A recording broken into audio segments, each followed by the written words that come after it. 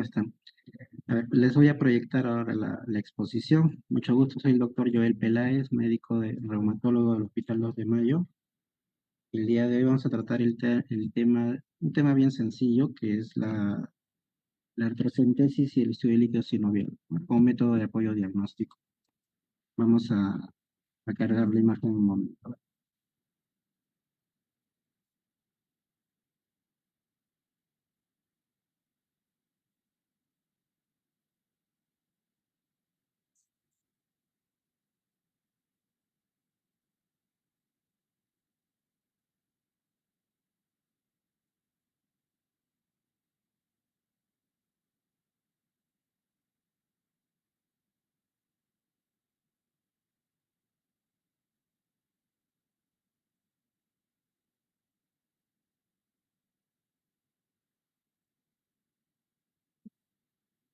¿Se escucha?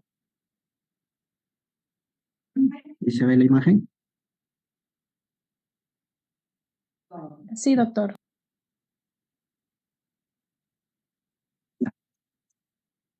A ver, vamos a empezar. Eh, Bueno, el tema es artrocentesis y estudio de líquido sinovial.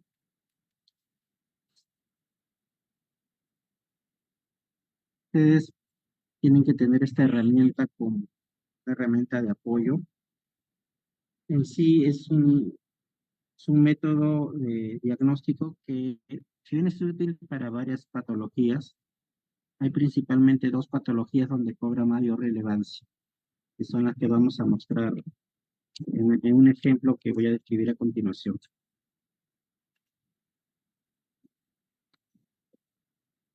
A ver, para tal fin les presento el presente caso clínico, ¿no? Vamos a poner el ejemplo de un paciente varón quien cursa con diagnóstico de celulitis de brazo derecho desde hace 5 días, mejoró inicialmente con antibióticos, refiere que desde hace un día cursa con dolor de rodilla derecha y dificultad para apoyarse sobre dicha pierna. Ningún antecedente importante, un paciente joven que no tiene antecedentes previos. Llega a la emergencia y es evaluado y se encuentran, bueno, esas funciones biológicas, vitales, perdón, cardíaca alta, respiratoria alta y febril. Y en el examen preferencial, el paciente viene por dolor de rodilla, por eso es que se le hace el examen preferencial, se encuentra una rodilla aumentada de volumen, con cierto eritema, dolor en la línea articular, y se verifica la presencia de un gran derrame y limitación para la movilización, ¿no?, de la rodilla, que es la flexoextensión, y refería dolor al hacer el mismo examen. Ninguna otra alteración de importancia. Y los otros sistemas no presentaban también algún hallazgo significativo. Entonces, el presente caso clínico nos está permitiendo evaluar a un paciente que viene con un problema en particular, que por la clase que han tenido el de ayer, podrían calificar pues con un síndrome de monoartritis, porque es una sola articulación, y por el tiempo de evolución, que es de días, monoartritis aguda. Entonces, hay un axioma en reumatología que toda monoartritis aguda, ustedes tienen que plantear la posibilidad de una infección bacteriana hasta que no demuestren lo contrario, ¿no? Entonces, debería ser mi diagnóstico principal. Y de diferencial tenemos, ¿no?, otra causa frecuente de este tipo de patología, que es la artropatía por microcristales o microcristalinos. Hay varios tipos de microcristales capaces de dar patología. Dentro de los más frecuentes, ustedes van a recordar o van a referirles el diagnóstico de artropatía por urato monosódico o los cristales de pirofosfato de calcio dihidratado. No son los de mayor frecuencia.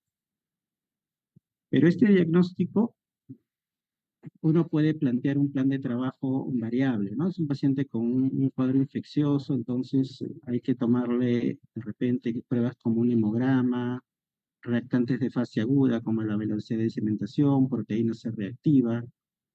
Algunos plantearían de repente alguna imagen, podría ser una ecografía, ¿no?, por el tiempo de agudeza para verificar si es que no ha habido una lesión traumática de repente en ese paciente. Pero el antecedente de celulitis, o sea, un cuadro infeccioso hace plantear pues de repente que la infección es lo más probable. Entonces tu plan de trabajo inicial podría ir orientado hacia ese camino, pero ninguno de esos exámenes que se plantearon anteriormente tendrían un rendimiento de certeza para plantear una etiología así infeccioso o por microcristales, debido a que estas dos patologías requieren la demostración o del agente infeccioso o de la presencia del cristal en el líquido articular o en un tejido. Entonces, para eso es necesario la realización de este procedimiento que se llama artrocentesis. Entonces, acá tenemos el caso, el ejemplo de mayor frecuencia donde ustedes van a requerir el uso de esta herramienta que es el estudio de líquido sinovial mediante un procedimiento que es la artrocentesis. Entonces, ¿qué indicaciones tiene la artrocentesis? En cuadros como el ejemplo, ¿no? Una sinovitis aguda, principalmente para buscar infecciones o cristales. Esto esto nos hace también nosotros concluir que de repente para otro tipo de enfermedades inflamatorias, por ejemplo, artritis reumatoide, espondiloartritis, no tiene mucho rendimiento o mucha especificidad los hallazgos de este líquido sinovial, debido a que no me va a dar pues un hallazgo o un patrón característico. Por eso no es de uso regular en ese tipo de patologías. Y neuropatías crónicas también pueden ser mono, oligo, poliarticulares, donde es sospecha de neuropatía por cristales, también está indicado la realización de artrocentesis para el estudio de líquido sinovial. Otra indicación, independiente del diagnóstico, es la indicación terapéutica. En muchos de los casos, estos pacientes acuden con dolor, ¿no? Entonces, el dolor puede ser mejorado cuando tú reduces pues, la cantidad de líquido sinovial en esa articulación. Entonces, para lograr un efecto mecánico de reducir presión, está indicado también, sobre todo en derrames masivos. Podría ser un procedimiento previo, la aspiración o la extracción de líquido sinovial, a un procedimiento terapéutico que es la infiltración. Y esto muchas veces se realiza para poder distribuir o tener una mayor concentración del fármaco a nivel de la articulación. Y también es usado, de repente con menor frecuencia ahora, el uso de artrocentesis en forma consecutiva en pacientes que tienen artritis infecciosa, para poder realizar conjuntamente un lavado articular y el estudio de líquido sinovial para ver evolución favorable o no de un cuadro infeccioso a nivel articular. Entonces son las indicaciones, recuerden, diagnóstica y terapéutica.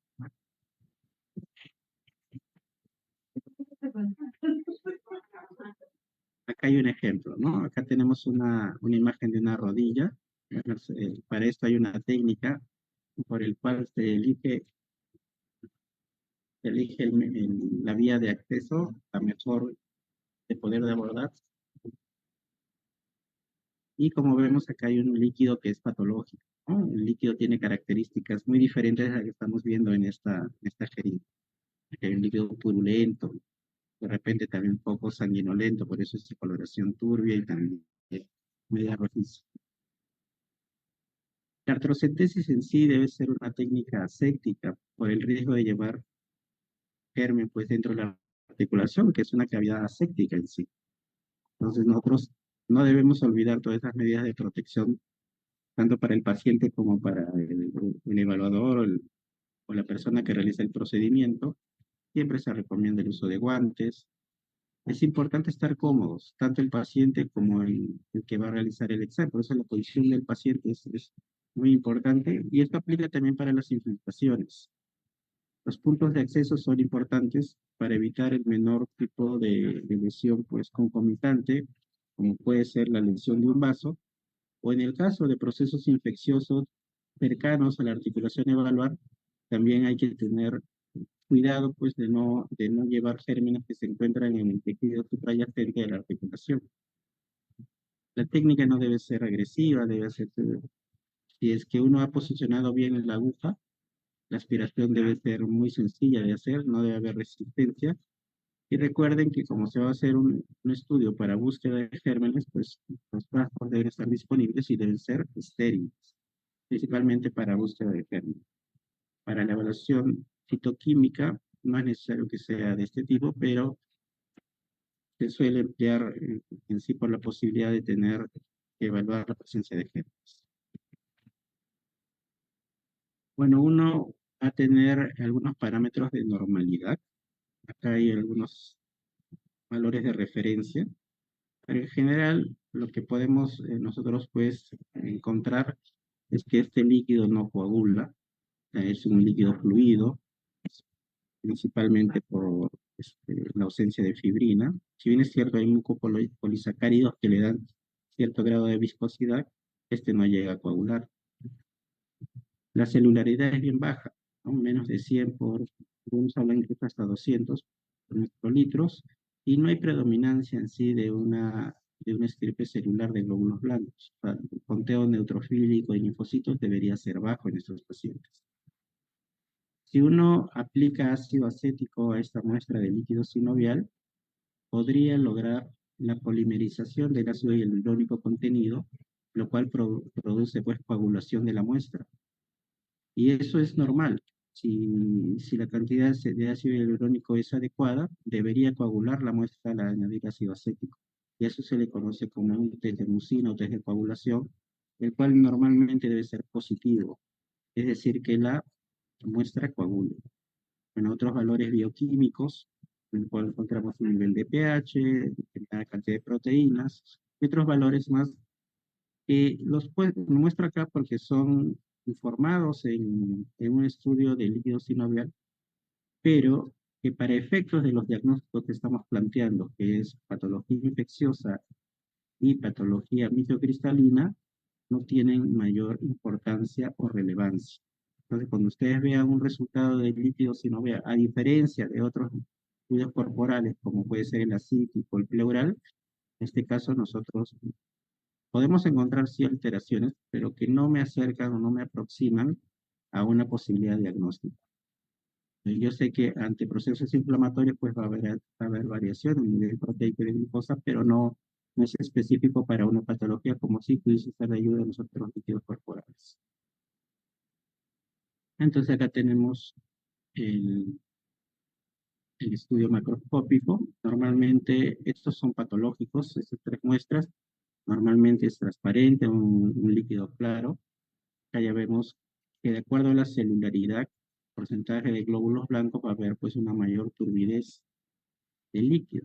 Es el líquido amarillo citrino, un líquido purulento, turbio, y en algunos casos líquidos hemorrágicos, que te pueden, de acuerdo a la característica del color, orientar a una probable etiología. En cuanto a la viscosidad, la viscosidad está relacionada también al grado de polimerización del ácido hialurónico. Y normalmente cuando hay un proceso inflamatorio, pues esta formación de mucopolisacáridos se ve reducida, lo cual va a producir pues la liberación de esta molécula del ácido hialurónico y que va a estar incentivada por mediadores inflamatorios. Por lo tanto, es un líquido que va a ir reduciendo su viscosidad a medida que hay un mayor proceso inflamatorio. Lo que nosotros hacemos regularmente, una prueba muy sencilla, es tomar una muestra de líquido en la yema de los guantes, de los dedos, juntar los dedos y separar.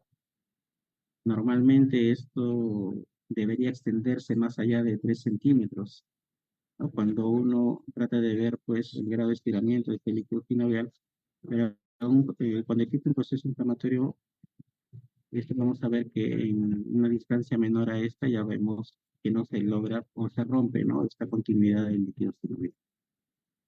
Hay algunas condiciones que pueden aumentar la viscosidad, como el hipotiroidismo, amiloidosis, también algunos casos de condromatosis sinovial. Ya les había referido el test de mucina en relación a la colocación de este líquido de ácido acético.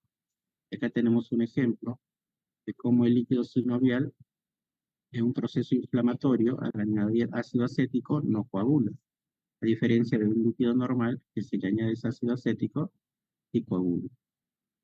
Entonces, este es un líquido normal, es un test de mucina positivo. En este caso vemos que es un líquido relacionado a un proceso inflamatorio. Bueno, recordar que pH disminuye en procesos inflamatorios, la glucosa también podría reducir, las proteínas aumentar, y esto es muy común a otro tipo de patologías, pero como les mencioné al inicio, no tienen mayor especificidad para el diagnóstico de alguna patología en particular, pudiendo estar pues presente o alterada en diferentes días, principalmente de larga data de evolución. Para efectos de estos dos diagnósticos que se han planteado, podríamos nosotros sí darle mayor importancia a la visualización del líquido citoquímico. Es un estudio que te va a orientar a una posibilidad diagnóstica. Recuerden que no necesariamente vamos a llegar al diagnóstico definitivo porque para el caso de infección requerimos la presencia o la demostración del germen. Para el caso de la presencia de una neuropatía microcristalina requerimos evidenciar la presencia del cristal que se debe encontrar en esta muestra que lo vamos a obtener en el procedimiento ya mencionado. Entonces acá tenemos la celularidad y también tenemos pues un conteo diferencial tanto de mononucleares como de polinucleares que pudiese variar en algunas condiciones. Les vamos a mostrarles un diferencial basado en la celularidad, que puede ser orientativo, pero no en ninguno de los casos diagnóstico. Miren, hay pacientes que poseen patologías a nivel articular que no necesariamente están dentro del grupo de enfermedades inflamatorias, ¿no? Por ejemplo, la osteoartritis, la necrosis avascular, o traumatismo, atropatías metabólicas, una distrofia simpático reflejo, por ejemplo, en el cual sí va a haber alteración de la celularidad, pero que no va a corresponder necesariamente a una patología inflamatoria, ¿no? Y estos por lo general no van más allá de 1000 células por milímetro cúbico de glóbulos blancos, y no habiendo predominancia de ninguno de las constantes del hemograma. No lleguen a ser neutrofilia, por ejemplo, estos pacientes. En el caso de enfermedades inflamatorias, por lo general, pues superan este valor. Otros hablan de un corte de 1500, otros hablan de un corte de 2000 células por milímetro. En base al conteo diferencial o la predominancia de una de estas células de glóbulos blancos, podría uno orientarse hacia una u otra patología. El ejemplo de neutrófilos es característico de la artritis infecciosa. Los cristales también pueden coincidir con esta forma de presentación, y la artropatía psoriásica también. Ya tenemos como un ejemplo de patología donde hay predominancia del grupo. En el caso de predominancia de eosinófilos, se puede ver en la cutaria, procedimientos como la artrografía, algunas formas peculiares de enfermedad relacionada a la predominancia de esta célula, que es el eosinófilo, como pues artritis escleroscópicas pseudolérgicas, hemartrosis también está descrito, y algunas artropatías inflamatorias, ejemplos como la artritis o la artritis reumatoide. En patologías que tienden a la cronicidad, vamos a ver una predominancia de linfocitos por lo general, más allá del 70%. Sería pues en una etapa evolutiva de una artropatía inflamatoria, algunas artropatías cristales, principalmente las que están relacionadas al depósito de fosfato y que producen condrocalcinosis, pacientes que tienen sangrado y posterior a la etapa aguda, sino en la etapa crónica del sangrado, pudiese haber predominancia de linfocitos de los pacientes. Tuberculosis también es una posibilidad diagnóstica cuando hay predominancia de linfocitos. Y de menor frecuencia es cuando hay predominancia de monocitos, vemos en patología viral, algunas artropatías inflamatorias, como las ya mencionadas, ¿no? Como la artritis reumatoide, condrocalcinosis, osteoartrosis también, y cuadros recurrentes de retropatía crónica.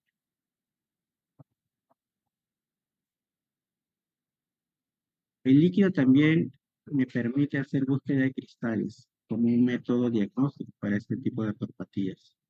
Para eso se debería emplear un microscopio de luz polarizada, donde yo voy a poder evidenciar los cristales de diferentes asociados y diferentes patologías, por ejemplo, el monosódico, pero patocálcico que se puede ver en pseudogota, la hidroxiapatita para el sulfato de calcio básico, también cristales de colesterol, de inmunoglobulinas, por ejemplo. O sea, existen varios cristales, pero estos tres son de repente los que están asociados a mayor frecuencia de patología de este tipo. Entonces, uno puede indicar en la orden del examen del laboratorio, buscar cristales cuando hay una alta sospecha de una agropatía de este tipo, ¿no? Acá hay ejemplos de la visualización de cristales, algunos extracelulares, algunos otros intracelulares, propios pues del urato monosódico, y cristales incluso, ¿no? En un mayor número, con una alta concentración de pacientes con, esta también es una fotografía de un paciente con gota, donde vemos pues cómo estos cristales se encuentran muy, o bastante distribuidos en esta muestra. Este ejemplo pues podríamos tomarlo como referencia como patología asociada al urato monosódico. Los cristales de pirofosfato son más romboidales y suelen ser en mayor parte pues intracelulares a diferencia de los de átomo monosódico, como vemos en estos ejemplos. En algunos casos se requiere tinciones especiales para poder visualizar el cristal, pero esto dependiendo de la patología que uno sospeche, pudiese ser alguna de estas indicaciones. El otro aspecto del estudio de líquido sinovial consiste en la determinación del grano y cultivo para gérmenes comunes. En este caso, recuerden que cuando tú tienes una monoartritis aguda, tu principal opción es que sea bacteriana. Esto lo van a ver en la clase de infecciosas. Y en 75% de los casos, o es estafilococo o estreptococo, el grupo de gérmenes que es responsable de esta patología. Entonces, uno con el GRAN ya pudiese tener una orientación de acuerdo a la morfología que va a ser referida en este estudio hasta la espera del cultivo. Si hay patología crónica, bueno, como causas de monoartritis crónica tenemos pues a la tuberculosis. En algunos casos pueden ser cultivos de hongos también.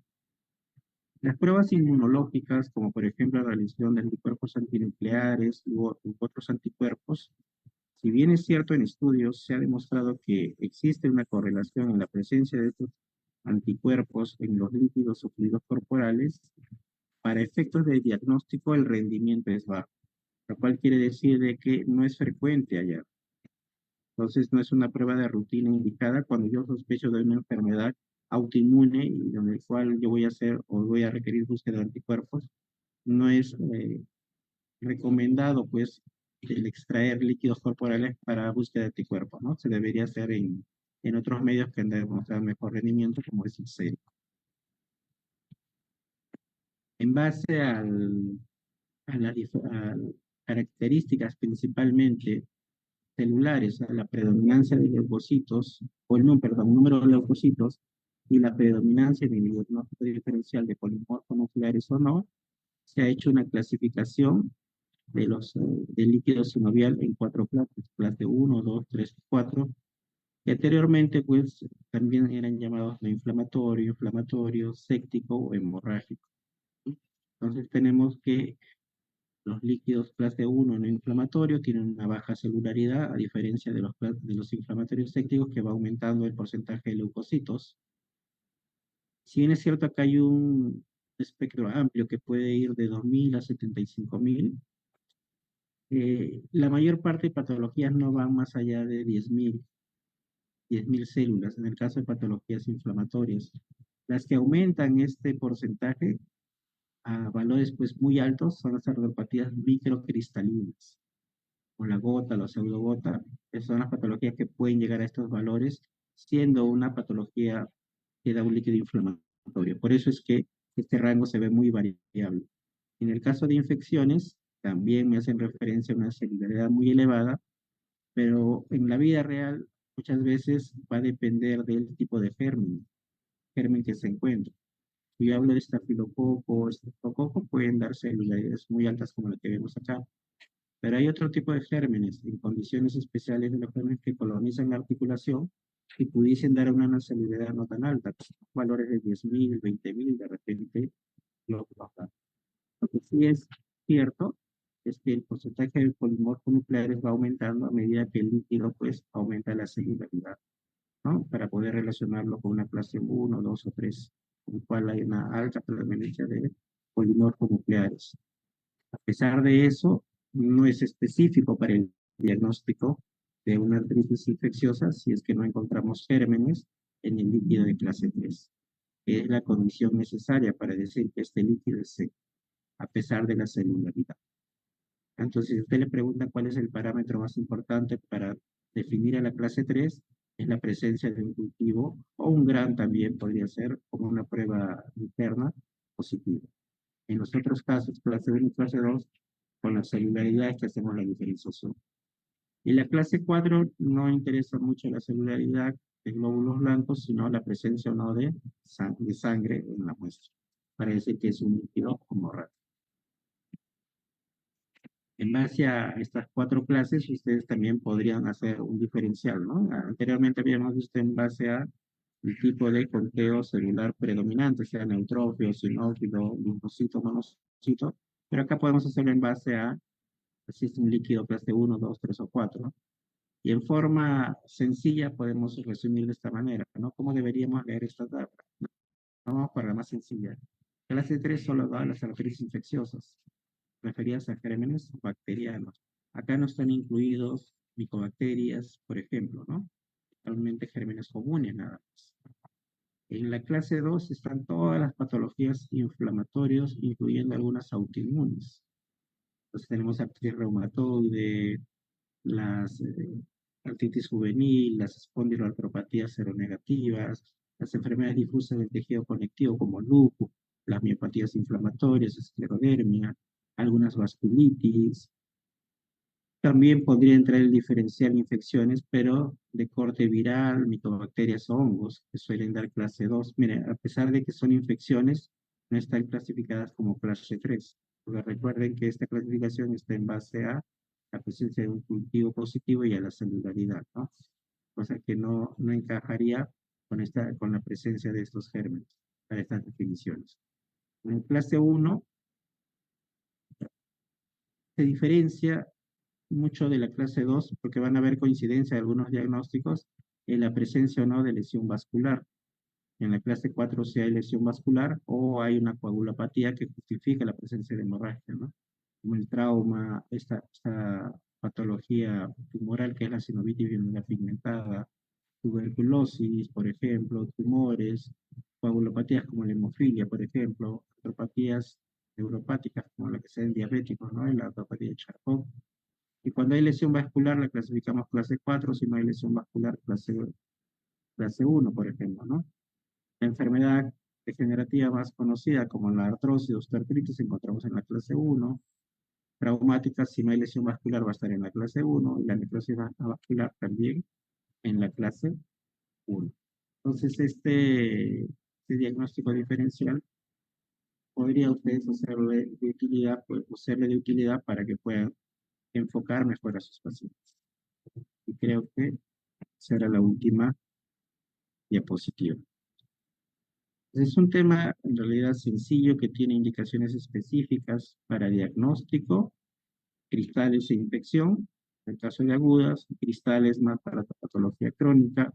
Infecciones también pueden entrar en el diferencial, por ejemplo, tuberculosis o hongo también se podría solicitar, aunque el rendimiento para esas patologías crónicas infecciosas es mayor cuando hacemos biopsias sinoviales y no necesariamente el estudio del líquido sinovial, que tiene bajo rendimiento cuando hablamos de infecciones crónicas.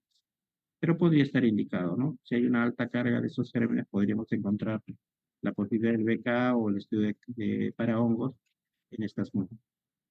Y la otra indicación es terapéutica, ¿no? Para disminución del dolor, reducción de la presión intraarticular, para administración de antiinflamatorios como los corticoides por infiltración, o para evacuación periódica en artropatías como artritis séptica, por ejemplo.